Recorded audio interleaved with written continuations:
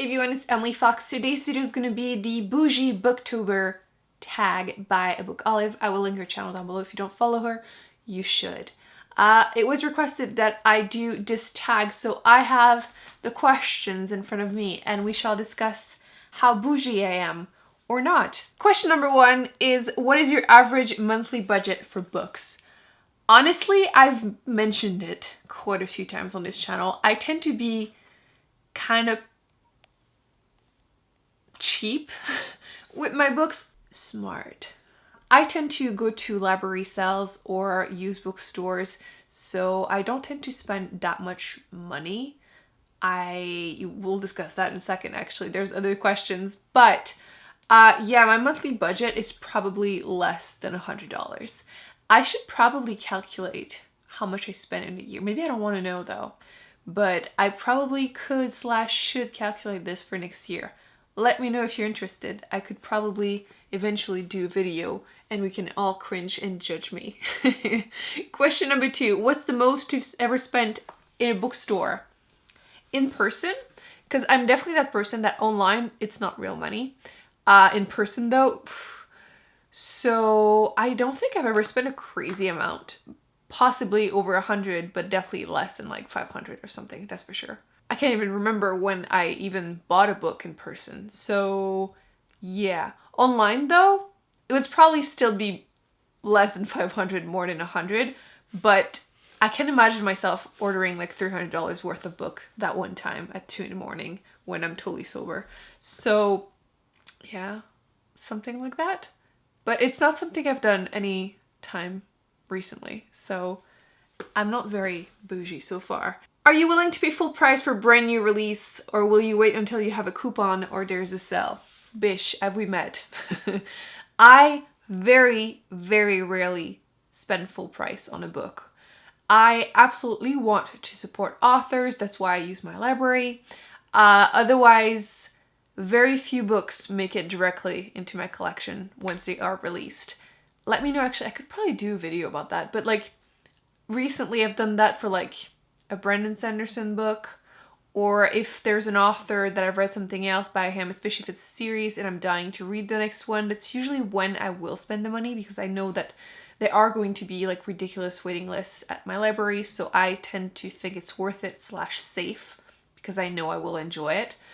Otherwise, I don't really like buying books full price. If there's like a book that I can't find anywhere used, or I can't find it in my library, then I will spend the money, but I will most likely shop around in like, usually Book Depository on like older books, they tend to have good prices / they're available, because sometimes books you just can't find them anywhere. But yeah, I'm definitely that person that finds coupons or wait for a sale or something, because I have so many other books on my TBR, so technically I don't need to read it right away. But there are a few exceptions, like I said, like books in a series that I'm currently reading and the newest one just comes out, you know, anytime soon. Then yes, I will pre-order it and I will be very happy about it. But I don't do it that often for new authors. And if I do it, it's going to be an ebook or something, or use my library once again. Number 4, would you rather buy one new book or several less expensive used copies? I think we've already established this. I am a cheapo. In an ideal world, I would buy brand new books and everything, although I would probably not go for hardcovers. I don't prefer them over floppy paperbacks. I don't really mind. Like, you can kind of tell from my shelves, kinda, that I have like a little bit of everything.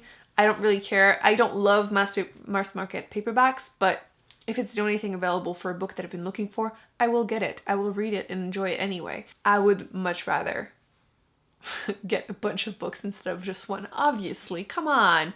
It's what's on the inside that matters. But unless it's like a book, once again, that I'm dying to read, that it's not available anywhere, or there's like a ridiculous waiting list, then if I know that it's part of a series I already am enjoying, fine, or an author I've really, really loved in the past, fine. Otherwise, I didn't watch anyone's video before that, so I don't know if this is like normal or not, because I feel like a lot of people tend to have gorgeous bookshelves, which I will never have. And I know I upset some people sometimes when I reorganize my shelves and things are not proper, but this is my happy mess. I'm very happy with it. It doesn't look like it right now because you're like seeing the proper, but like, they're not that bad right now. I just reorganized them recently. I'm okay with it. Like, it doesn't need to be perfect. Books are made to be like used and read and loved. So, I mean, I don't dog hear them because I'm not a monster, but yeah, used all the way. Come on. What do you think is reasonable price for a new hardback book, a paperback, an ebook? Oh my gosh. I think we've already established. I don't think, how much are they in Canada? Like 35 bucks for an adult hardback. I don't do that. No. Like, even the ones that I was saying that I bought brand new when they were coming out, I probably bought them on Book Depository because you can get usually the cheapest edition / often the books come out before in the UK and they have the paperback. Are they at the same time? I feel like very often compared to the US, so I can get that instead, so I save a few dollars. Instead of being like 35 bucks, I'll spend like 20 or something because it's crazy. Again, I fully want to support authors. Whenever I can, I do. Or I'll use my library once again, which is also a great way to support authors. And obviously I do promote the ones I love on here, but I don't think 35 or 40 bucks. I've seen some really crazy prices. It's too much. I can't afford that. I read like 100 books a year. Imagine if I spent full price for every single one of them. Like, I would live in a very, very happy box outside in the streets. Like, there's no way. So yeah, less than that. I would say if it's a book I'm dying to read, like I said, 20, fine. Other than that, if it's another like non-new books, a book that I don't know the author type of thing, I will not buy, you know, the new hardcover. I will buy used. And my library, currently they're selling books because they keep changing the freaking prices. They're selling each book for $1 at this point. That's fine. And like if I go to Value Village, for example, it's like buy 4 get 1 free, so it ends up being like maximum $4-ish per book, which again, reasonable-ish. So yeah, that's pretty low, huh? Same thing for paperbacks, to be honest. It's the same thing. I would not want to spend more than 20, if more like 15 for a paperback, unless floppy one. But even then, it's too much. Ebooks though, this is where I am so mad. And again, I understand, blah, blah, blah. It doesn't matter. Logic doesn't count here. We're talking about emotions, about books. I am so mad that ebooks are the same price as paperback. And sometimes because I can find them somewhere else for cheaper, they end up being even more expensive, which is freaking ridiculous. Like, I can't even freaking hold in my hand. And like, I don't have a Kindle because Kindles in Canada, they don't sync with your library. So what's the freaking point? So I read like on my phone, which is like, I'm not going to buy a bunch of ebooks. I just buy the ones that I can't find, you know, somewhere else, or I really want to read the newest book type of thing. So yeah, ebooks should not be that expensive. Again, I don't want to spend more than 10 bucks probably on an ebook, and that's if it's a book I really want to read. So I've definitely spent more, but generally speaking, like 5-10 bucks would probably what I would be comfortable spending, which is possibly less. It is definitely less than what they will be willing to sell them, but it's just not okay. / do we all agree that when you buy the physical copy, you should automatically have the ebook? This is why people end up, you know, pirating books online, which I don't do.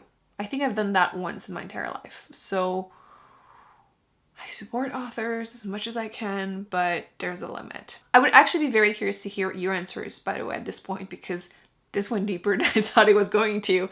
Number 6, is a signed book worth more to you? How about a first edition? Nah. In theory, yeah, you know, I would love to have proper fancy books, but nah, I'm not willing to spend more money. So in theory, yes. In practice, nah.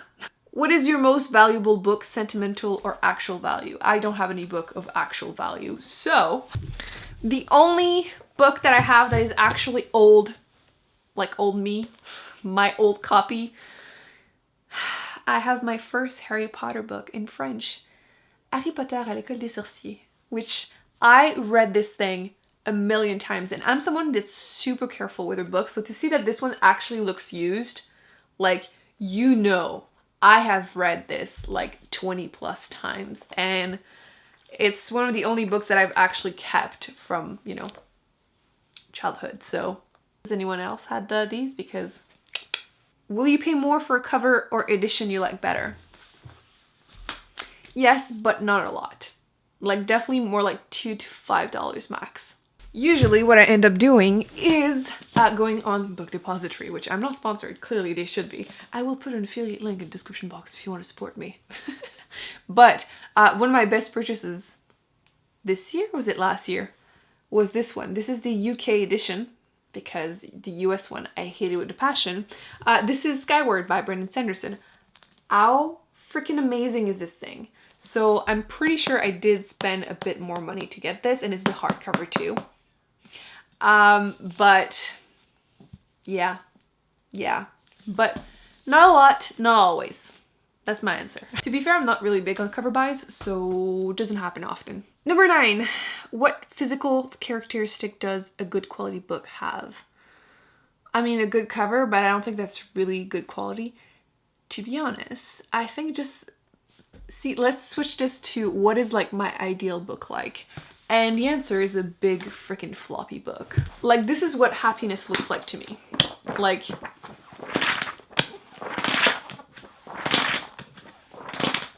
I'm pretty sure I even bought this used. So that's like literally the best find. I have yet to read this series. It's happening soon for sure. But buying a book used that is amazing quality, like in good condition, that's floppy, that's priceless to me, like priceless. So, and by priceless, I mean I bought it used for probably $1. But this is my ideal book shape condition, I guess. Number 10, if you won the lottery, what bookish things would you do with the money? I mean, picture Beauty and the Beast, that library. I would definitely want a gorgeous library with like comfy chairs, comfy carpet, probably a fireplace, which is probably a really bad combo. And I would just read.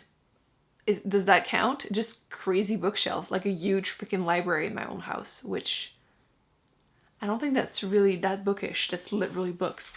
But I would definitely have a library in my own house because I think we all would. Give us an image, actual mental view. See, like I was just saying, Beauty and the Beast. That was absolutely one of my favorite movies as a kid.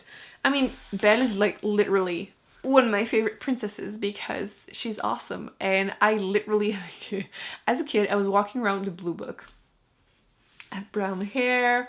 I like to read. I had a blue book. I was straight up Belle in my head. So, yeah. Okay, so this was awkward.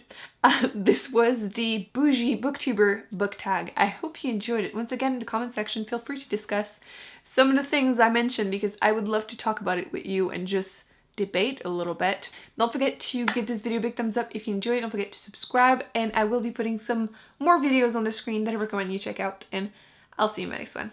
Bye.